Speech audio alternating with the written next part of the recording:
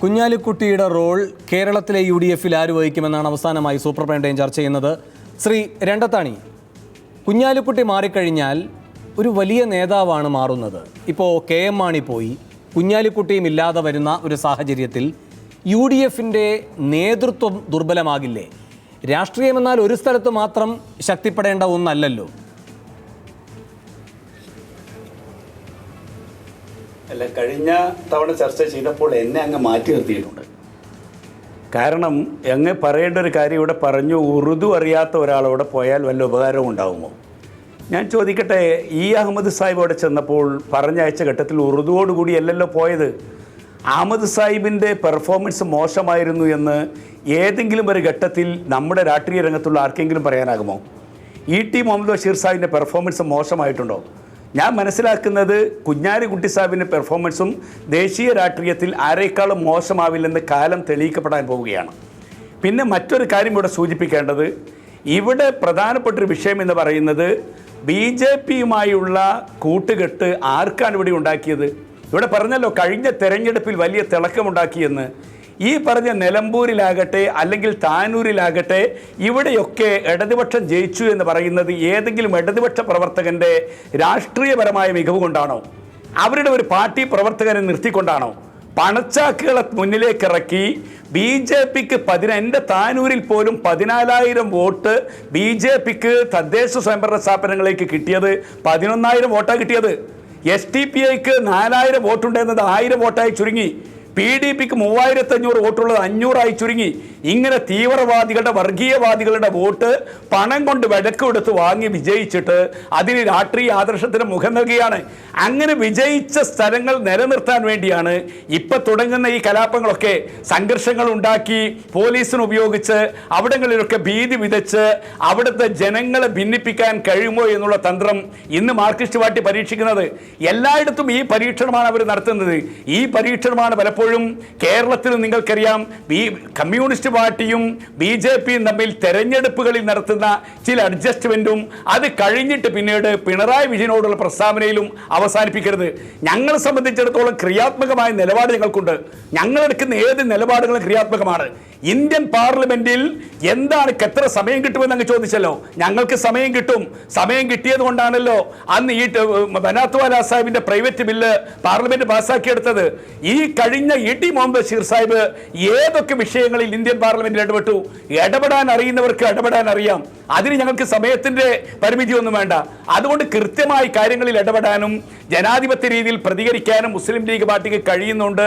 ഞങ്ങൾ അത് ചെയ്യുകയും ചെയ്യും. പിന്നെ ലീഗിന് ഈ തെരഞ്ഞെടുപ്പിനെ സംബന്ധിച്ചിടത്തോളം ഞങ്ങൾക്ക് UDF എന്ന് പറയുന്നത് തങ്ങൾ തന്നെ ഇന്ന് പ്രഖ്യാപിക്കുന്ന സമയത്ത് സെയ്ദ് ഹൈദരലി ശിഹാബ് തങ്ങൾ പറഞ്ഞു, കേരളത്തിൽ ഐക്യ ജനാധിപത്യ മുന്നണിയുടെ പ്രവർത്തന രംഗത്തും PK കുഞ്ഞാലിക്കുട്ടി സജീവമാകും. കുഞ്ഞാലിക്കുട്ടി സാഹിബ് പാർലമെന്റിലേക്ക് പോകുന്നു എന്നതുകൊണ്ട് ഇവിടെ ഐക്യ ജനാധിപത്യ മുന്നണിയുടെ നേതൃനിരയിൽ നിന്ന് മാറി നിൽക്കുക എന്നല്ല അർത്ഥം. ഐക്യ ജനാധിപത്യ മുന്നണിയെ കൂടുതൽ കെട്ടുറപ്പോടുകൂടി കേരളത്തിൽ മുന്നോട്ട് കൊണ്ടുപോകുക എന്ന ദൗത്യവും ഞങ്ങൾക്ക് ഏറ്റെടുക്കും.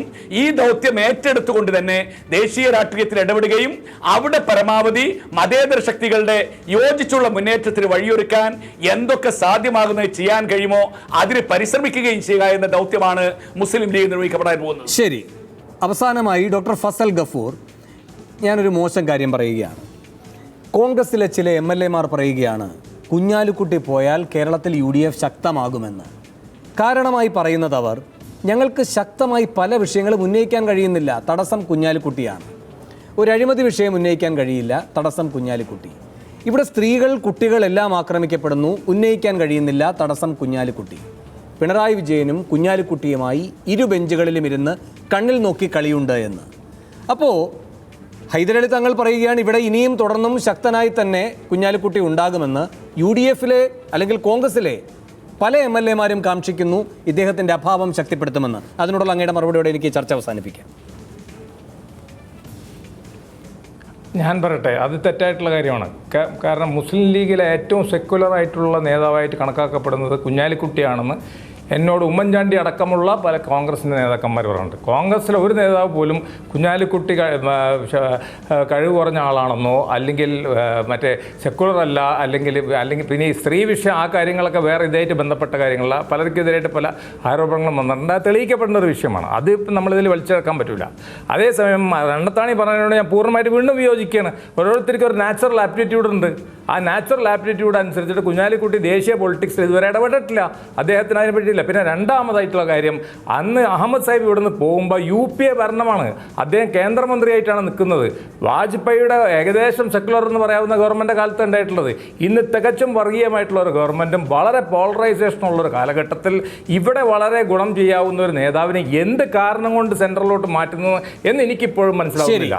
ഇവിടെ മോശക്കാരനാണെന്ന് ഞാൻ കാണുന്നില്ല. പക്ഷേ അവിടെ പോയി കഴിഞ്ഞാൽ അദ്ദേഹത്തിന് ശോഭിക്കാനായിട്ടുള്ള സാഹചര്യങ്ങൾ കുറവാണ് എന്നുള്ളത് പറയുന്നത് ലീഗിനെതിരായിട്ട് പറയണമെന്നല്ല, നിഷ്പക്ഷമായിട്ടുള്ളൊരു എൻ്റെ വിലയിരുത്തലാണ്.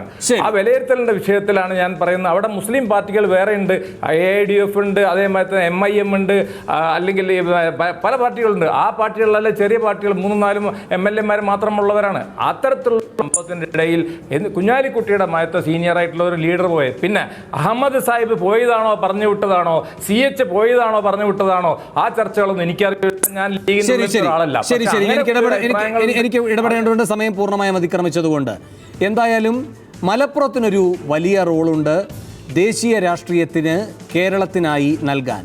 ആ റോള് മലപ്പുറം നിർവഹിക്കുമ്പോൾ അതിൽ കുഞ്ഞാലിക്കുട്ടിയുടെ റോള് എന്താകുമെന്നത് കാത്തിരുന്ന് കാണേണ്ടതാണ്. വളരെയധികം നന്ദി. ചർച്ചയിൽ പങ്കെടുത്ത എല്ലാവർക്കും. സൂപ്പർ പ്രൈം ടൈം അവസാനിക്കും.